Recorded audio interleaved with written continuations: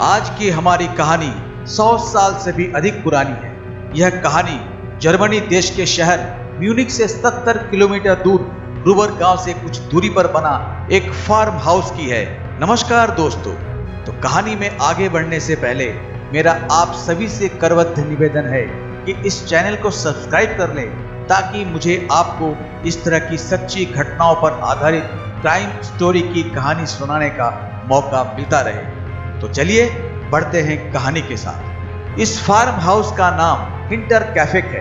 यह फार्म 3 तरफ से जंगलों से घिरा था। इस फार्म के मालिक थे एंड्रियास ग्रुबर 63, जो कि अपने परिवार के साथ लंबे समय से यहाँ रह रहे थे। उनके परिवार में एंड्रियास को लेकर कुल 5 सदस्य थे। कैजियाला ग्रुबर 72, जो कि एंड्रियास की पत्नी थी, इन दोनों की एक विधवा बेटी विक्टोरिया ग्रेवियल 35 और उसके 2 बच्चे कैजिलिया ग्रेवियल 7 और जोसेफ 2 भी साथ रहते थे। ग्रुबर फैमिली एक किसान फैमिली थी। उनके पास बहुत सी जमीनें थी और वे अच्छे खासे पैसे वाले थे। अपने घर के कामों के लिए उन्होंने एक मेड भी रखा हुआ था। एंड्रियास ग्रुबर स्वभाव से अपने परिवार और पड़ोसियों के प्रति आक्रामक और क्रूर था। वह छोटी छोटी बातों पर जल्द गुस्सा हो जाता था। कई बार तो उसने अपने पड़ोसियों पर तरांती से हमले करने की कोशिश भी की थी। एंड्रियास ग्रुबर के स्वभाव को छोड़कर ग्रुबर परिवार में सब कुछ अच्छा चल रहा था। उनका परिवार सुबह खेतों पर काम करने के लिए निकल जाता था। घर पर अकेली मेड रहती थी, जो कि घर का सारा काम करती थी। एक दिन रात को जब सब सोने के लिए चले जाते हैं, तो कुछ देर बाद घर की मेड क्रिश्चियन रेगर को घर की दीवार से टैप टैप की आवाज सुनाई दी, लेकिन उसने उसे नजरअंदाज कर दिया। उसे लगा कोई चूहा होगा जो कि ऐसा कर रहा है। दूसरे दिन फिर वही टैप टैप की आवाज सुनाई दी। इस बार आवाज थोड़ी तेज थी। क्रिश्चियन ने डिसाइड किया कि वह देखेगी कि यह आवाज कहां से आ रही है। जब वह उस दीवार के पास जाकर कान लगाकर सुनने लगी, तो वह आवाज दूसरे दीवार से आने लगी। जब वह उस दीवार के पास जाती, तो आवाज किसी और दीवार से आने लगी। अगले दिन उसने यह बात एंड्रियास ग्रुबर को बताई, लेकिन एंड्रियास ने उसकी बातों को नजरअंदाज कर दिया। उसके बाद कुछ दिन सब कुछ शांत रहा, लेकिन एक रात क्रिश्चियन को घर की अटारी से किसी को चलने और फुसफुसाने की आवाज सुनाई दी। वह डर गई और भागकर एंड्रियास ग्रुबर को बुलाई। एंड्रियास ने पूरी अटारी की अच्छी तरह से जांच की, लेकिन वहां उसे कोई नहीं मिला।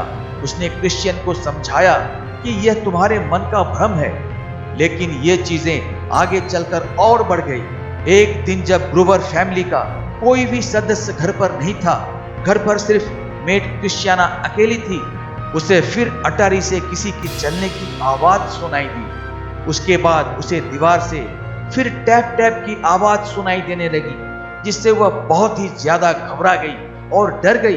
उसे लगने लगा कि इस घर में किसी भूत प्रेत का साया है। इसलिए क्रिश्चियन ने अगस्त 1921 में अपनी नौकरी छोड़ दी।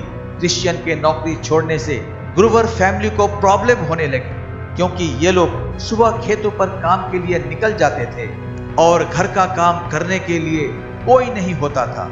एंड्रियास ने मेड की तलाश शुरू कर दी, लेकिन इस बीच ग्रुबर फैमिली के साथ भी कुछ अजीब घटनाएं होने लगी। जैसे जब वो खेतों से काम करके लौटते, तो उन्हें पालतू जानवर जैसे गाय और घोड़े मैदान में घास चरते हुए मिलते, जबकि उन्होंने घर से बाहर जाते समय उन्हें बाड़े में बांध कर रखा था। धीरे धीरे दिन बीतता गया।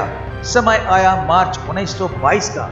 एक दिन एंड्रियास को सुबह सुबह अपने दरवाजे पर एक अखबार मिलता है, जिसे देखकर वह चौंक जाता है। उसके चौंकने का कारण था क्योंकि जो अखबार उसे मिला था वह यहाँ का नहीं था। वह अखबार यहाँ से 70 किलोमीटर दूर म्यूनिख शहर का था, जिसे पूरे गांव में कोई नहीं मंगवाता था। उसने दूसरे दिन अखबार वाले से भी पूछताछ की, लेकिन उसने भी साफ मना कर दिया कि मैंने ये अखबार नहीं रखा है। मार्च के इसी महीने में एक और घटना घटी। एक दिन एंड्रियास घर के बाहर घूम रहा था। उस दिन काफी बर्फ गिरी हुई थी। उसने देखा कि बर्फ पर किसी के पंजे का निशान है। जो कि जंगल के तरफ से आए हुए थे। इस पंजे का निशान घर तक तो आने के थे, लेकिन वापस जाने के नहीं थे। एंड्रियास समझ गया कि जो कोई भी है वह अभी घर में ही है। उसने ढूंढना शुरू किया, लेकिन बहुत ढूंढने के बाद भी उसे कुछ भी नहीं मिला। अब एंड्रियास बहुत ज्यादा परेशान हो गया था, और हो भी क्यों नहीं। पिछले 6 महीने से जो कुछ भी उसके साथ हो रहा था वह किसी को भी परेशान कर देने वाला था। दिन आया 31 मार्च 1922 का। इस दिन ब्रूवर फैमिली का सारा सदस्य घर पर मौजूद था। अचानक दोपहर के खाने के वक्त उसका सारा घर जोर जोर से हिलने लगा और चारों तरफ से दीवारों से टप टप की आवाज, टैप टैप की आवाज जोर जोर से आने लगी। घर के सारे सदस्य बेहद घबरा गए।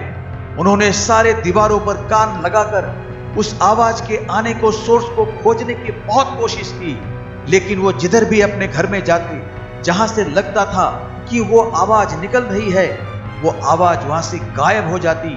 फिर दूसरे किसी दीवार से बड़े जोर जोर से वो आवाज निकलती रहती, और इसके साथ साथ खिड़कियां और दीवारें जोर जोर से बंद हो रही थी, खुल रही थी। खिड़कियों और दरवाजे के सारे शीशे टूटकर जमीन पर बिखर गए थे, लेकिन आवाज था कि रुकने का नाम ही नहीं ले रहा था। टैप टैप टैप टैप की आवाज और जोर से बढ़ती ही जा रही थी, और साथ में चल रहा था पूरे घर का जोर जोर से हिलना। सारे सदस्य हार कर, डर के मारे एक साथ मिलकर फायर प्लेस के पास सिमट कर बैठ गए। और उसके बाद सारी रात क्या घटना घटी किसी को मालूम नहीं। दूसरे दिन गांव के दूसरे लोगों ने देखा कि एंड्रियास के घर से कोई भी सदस्य बाहर नहीं निकल रहा है, कोई भी सदस्य खेतों की तरफ काम करने नहीं जा रहा है। शाम तक गांव के लोगों ने यही देखा। उन्होंने समझा एंड्रियास की फैमिली शायद कहीं गई होगी, लेकिन जब दूसरे दिन भी एंड्रियास के फैमिली का कोई भी सदस्य उन्हें घर से बाहर आता नहीं दिखाई दिया, तो उनके मन में जिज्ञासा जगी। गांव के बहुत सारे लोग साथ हो गए और वो एंड्रियास के घर के पास आए, तो उन्होंने देखा घर के सारे दरवाजे और खिड़कियों के शीशे टूटकर बिखरे हुए हैं। उन्होंने किसी तरह घर का दरवाजा बाहर से तोड़ दिया और अंदर जाकर देखा कि घर के सारे सदस्य फायर प्लेस के पास कुर्सियों पर बैठे हुए मरे हुए हैं। पुलिस आई, लेकिन आज तक यह रहस्य पुलिस सुलझा नहीं पाई, और आज तक यह रहस्य जर्मनी देश का एक अनसुलझा रहस्य बनकर पुलिस के रजिस्टर में दर्ज रह गया है। तो दोस्तों, ये थी आज की कहानी। मिलते हैं अगली वीडियो में एक और सच्ची घटनाओं पर आधारित क्राइम स्टोरी की एक और नई कहानी के साथ। तब तक नमस्कार।